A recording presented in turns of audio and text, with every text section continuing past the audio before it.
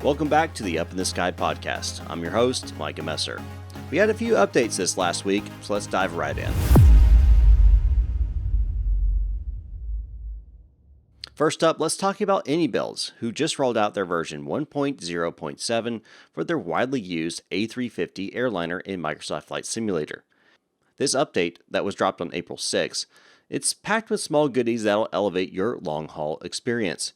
One small detail that may be big for you, you can now control the air stairs directly through the onboard information system. For those who don't use GSX, this adds an element the airliner was missing. They've also beefed up the SimBrief integration, so importing your flight plans is smoother than ever, perfect for planning those transatlantic or trans-Pacific routes. They also refined the logic for the engine and pivot covers, adding an extra layer of realism to your pre-flight routine, if you're into that. AnyBuilds says this is their last weekly update for a while as they pivot to work on some major features down the road, which makes sense that they would start focusing on larger details. We'll be watching closely to see what they bring to the table. If you haven't already, you can snag this update right now through the Any Manager.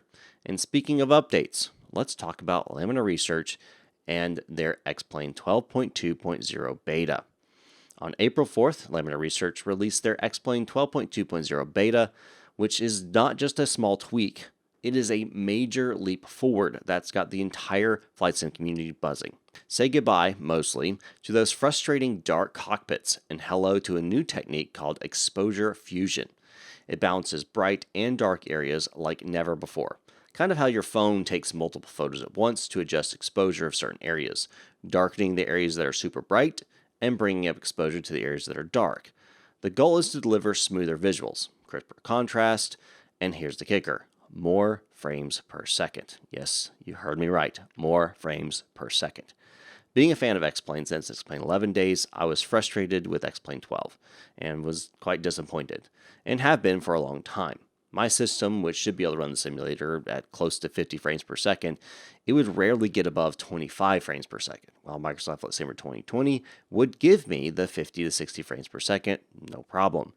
This update has improved the frames per second. I can confirm it with the settings set to max at the Atlanta airport. As you can see in these screenshots, I was getting 40 to 45 frames per second. Definitely not only usable, but enjoyable. Your experience may vary, of course, depending on your specifications of your device, but it should give you some boost. That's not all, though. They've also upgraded the ATC system, making ground operations and VFR flights feel more intuitive and lifelike. Of course, not as good as VATSIM or IVAO or something like that, but it does add to your realism. Aircraft designers also get a treat with a new parking brake system to play with. The visual changes include all kinds of nerdy bits about how they've changed rendering in the GPUs, and also including now they show shadows of clouds on clouds, which is kind of cool. Since it's a beta, Laminar Research is warning us to disable plugins for now to avoid any hiccups, which is fair advice for early adopters. If you want to take it for a spin, just fire up your X-Plane installer, tick the new betas box, and go ahead and update. You'll be ready to experience the visual update firsthand. If you want more information on this update, I have put a link in the description down below that will take you to Laminar Research's update for this beta. Before we jump into the next story, I want to take a look at the Flightsim Expo, which is coming up June 27th through June 29th.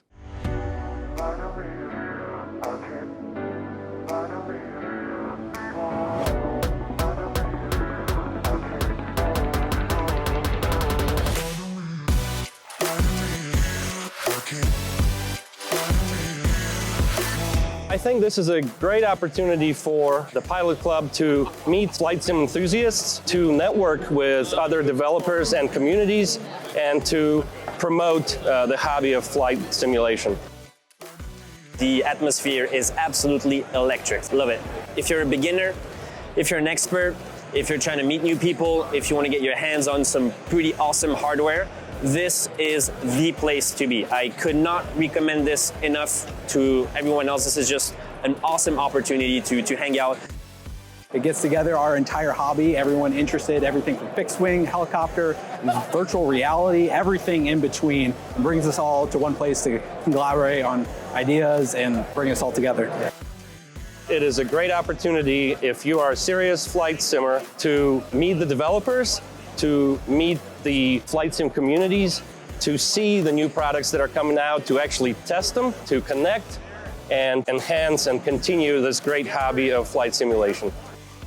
Every year we're getting bigger and bigger. There are more and more vendors here, more sim experiences to be a part of.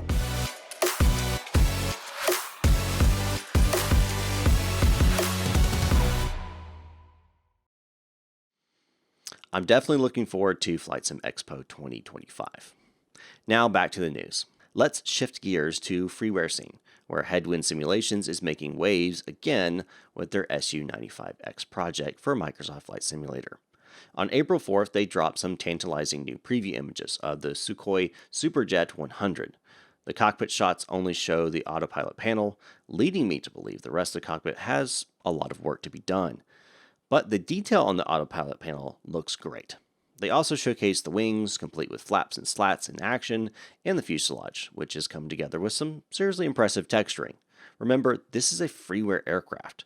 I appreciate their dedication to creating an aircraft for the community for free. No release date has been announced, but Headwind is making steady progress. I'm sure we'll all enjoy taking it for a spin when it is released. But that's not all Headwind has been up to.